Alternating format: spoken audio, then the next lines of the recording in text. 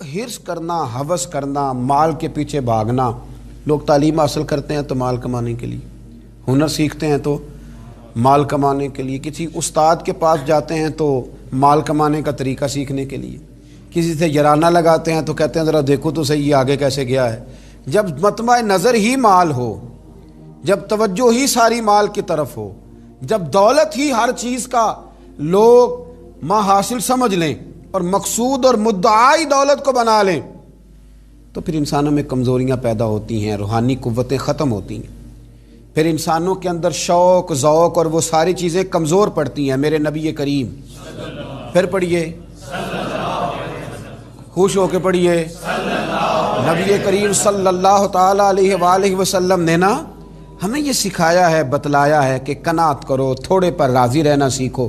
اور حضور علیہ الصلوۃ والسلام نے ارشاد فرمایا، مسند امام احمد بن حنبل میں حدیث موجود ہے، فرمایا اللہ تعالیٰ سے ایسی خواہشات سے پناہ مانگا کرو جو خواہشات تمہیں عیب میں ڈال دیں، اور فرمایا ایسی خواہش سے بھی اللہ کی پناہ مانگو جو خواہش پوری کرو تو وہ خواہش ایک اور خواہش میں ڈال دے. اللہ کی پناہ مانگو اس خواہش سے کہ جو پوری کی جائے تو پھر ایک اور خواہش میں تمہیں ڈال دے. اس سے اللہ تعالیٰ کی پناہ مانگو، پناہ مانگو، اللہ تبارک و تعالیٰ کی پناہ مانگو. بزرگوں نے لکھا ہے، حضرت محدث ابن جوزی علیہ رحمہ نے، کہ ایک شخص تھا، اس کے گھر میں ایک ناگن رہتی تھی. ناگن، وہ ناگن سونے کا انڈا دیتی تھی. بزرگ جب حکایات بیان کرتے تو سمجھانے کے لیے بیان کرتے. سونے کا انڈا دیتی تھی.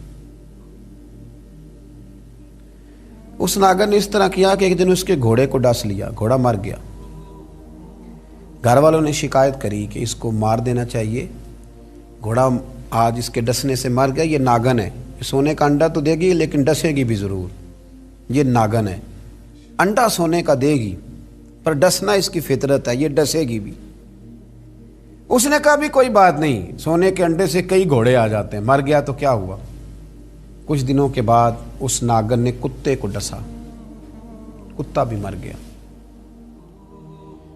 گھر والوں نے شور مچایا کہ یہ ناگن ہے تو اسے دودھ پلاتا ہے، یہ سونے کا انڈا تو دے گی پر ڈسے گی بھی، اس لیے کہ ڈسنا اس کی فطرت ہے، اس کی طبیعت ہے.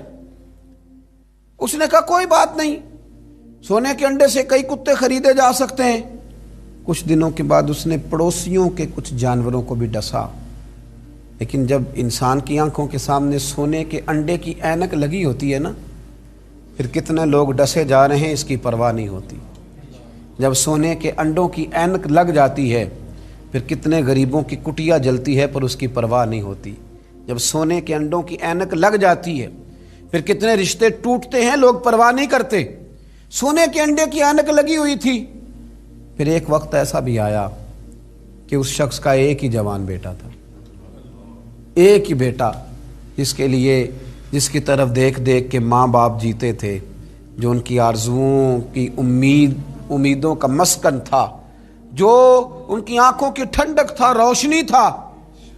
اس ناگن نے پھر اس بچے کو ڈسا، اور جب اس بچے کا جنازہ اٹھا تو پھر اس نے ہاتھ میں ڈنڈا پکڑا، اور ڈنڈا پکڑ کے جب وہ مارنے لگا نا ناگن کو، تو اس کی بیوی کہنے لگی اسے نہ مار، اپنے اندر کے لالچ کو ڈنڈا مار، اپنے اندر کی اس حرص کو، اس ہوس کو، اس طمع کو، جس نے آج میرے بیٹے کی جان لے لی، جس نے ایک ماں کی گود اجاڑ ڈالی، جس نے اس گھر کی ساری خوشیوں کو تباہ کر دیا، اس لالچ پہ ڈنڈے برسا، جس نے تباہ کر کے رکھ دیا ہر چیز کو، جس نے کچھ بھی آج باقی نہیں چھوڑا. بے قدراں کچھ قدر نہ جاتی، کیتی خوب تسلی ہو، اے دنیا دار پجاری زر دے، کتیاں دے گل ٹلی ہو.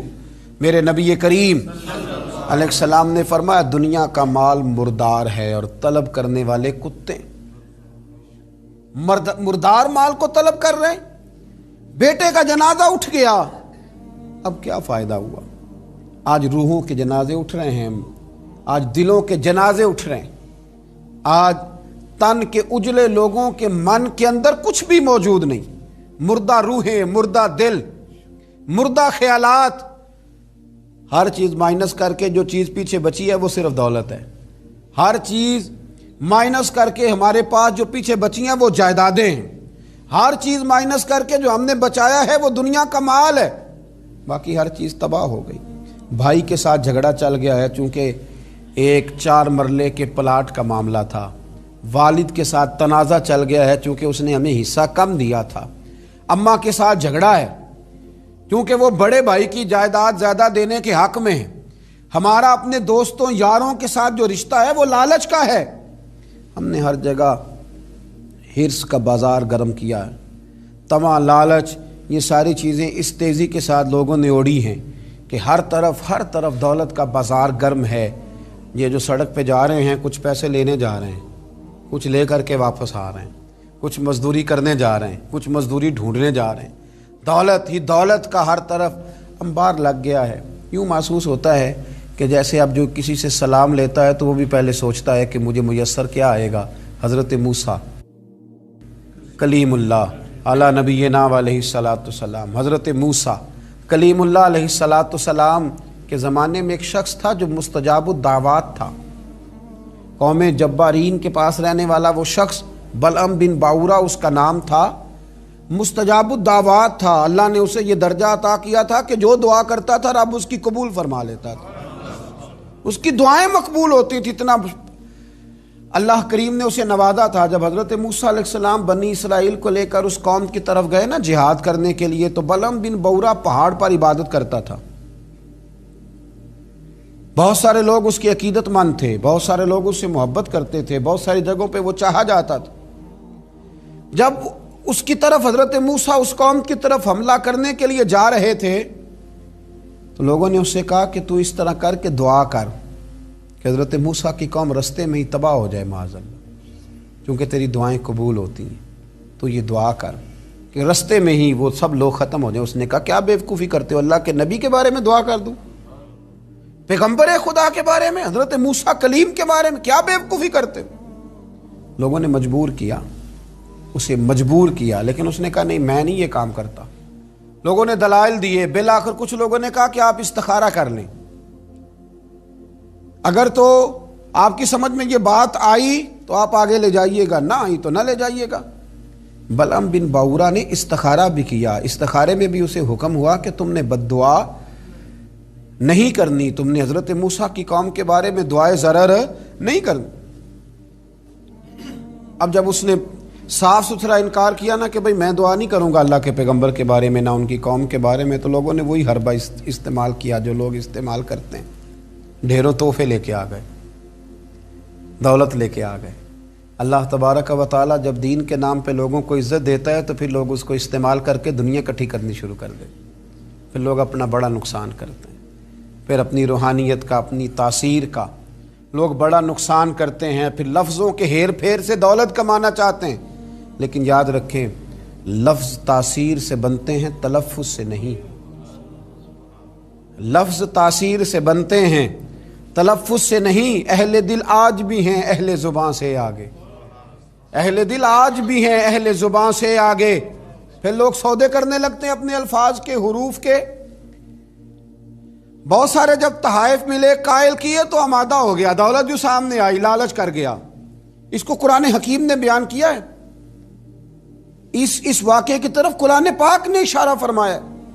بلعم بن باورا نے ہاتھ اٹھائے اور دعا کے لیے جب نکلا تو جس گھوڑے پہ سوار تھا، جس گدھے پہ سوار تھا، جب یہ جا رہا تھا نا پہاڑ پہ چڑھ کے میں بد دعا کروں گا حضرت موسیٰ کی قوم کے لیے، جب جا رہا تھا تو گھوڑا واپس بار بار منہ پھیرتا تھا، واپس اس کو کہتا تھا نہ جا، واپس آ جا۔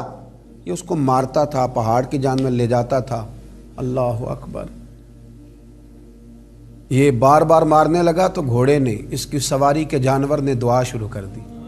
گھوڑا تھا یا گدھا تھا، اس نے دعا کی یا اللہ مجھے زبان دے، میں اس لالچی کو کچھ سمجھا دوں، مجھے زبان عطا کر، میں ہی اسے کچھ سمجھا دوں۔ اللہ نے زبان دی تو گدھا کہنے لگا آگے نہ جا، تو مجھے آگے بھیجتا اور اللہ کے فرشتے مجھے واپس بھیجتے ہیں۔ لیکن لالچ تھا نا طائف کا، دولت کا، جب چڑھا پہاڑ پہ اور حضرت موسیٰ کے لیے ہاتھ اٹھا کے قوم کے لیے بد دعا کرنے لگا تو لفظ حضرت موسیٰ کی قوم کے لیے ادا کرتا تھا، نکلتے اپنے لیے تھے اور ان لوگوں کے لیے تھے جنہوں نے دعا کے لیے کہا تھا۔ وہ لفظ پلٹ کے اسی پر آئے، اتنا اس کا برا حال ہوا کہ زبان لٹک گئی اور پھر اللہ کے شدید عذاب میں مبتلا ہوا۔ یہ لالچ عذاب کو آواز دیتا ہے، عذاب کو آواز دیتا ہے، اور انسان کی قناعت انسان کو عزت والا کر دیتی ہے۔ دعا ہے اللہ تعالیٰ کی بارگاہ میں اللہ تعالیٰ ہمیں لالچ سے بچائے اور قناعت کی دولت عطا فرمائے۔ آخر دعوانا الحمدللہ۔